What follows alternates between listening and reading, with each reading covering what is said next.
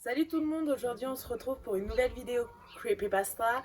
Deux histoires qui m'ont fait horriblement peur durant toute mon enfance.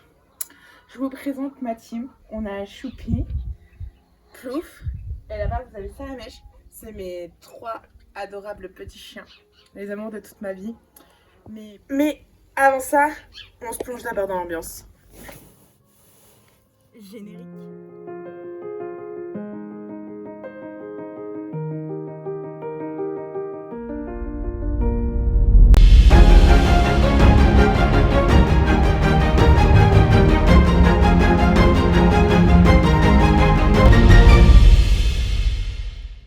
Notre première histoire se passe en 1987 à Bloomington dans l'Indiana.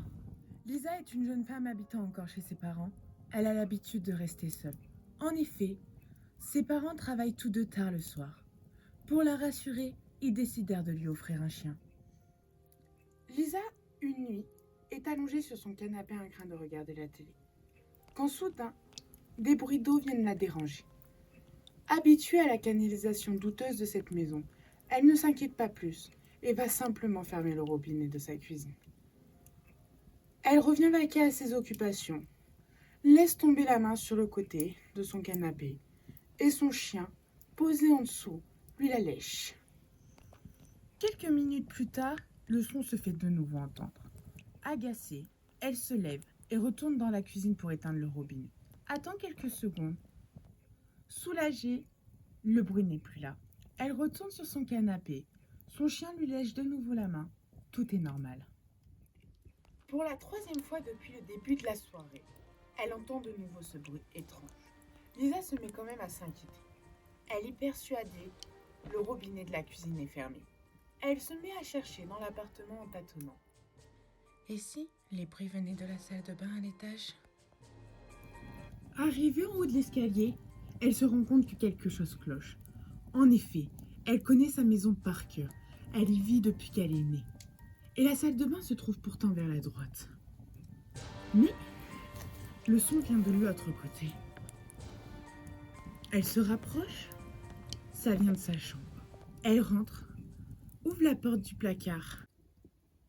Son chien était là depuis le début, suspendu et égorgé. Choquée, elle se retourna. Sur la porte du placard était marqué en lettres de sang: Les humains aussi peuvent lécher.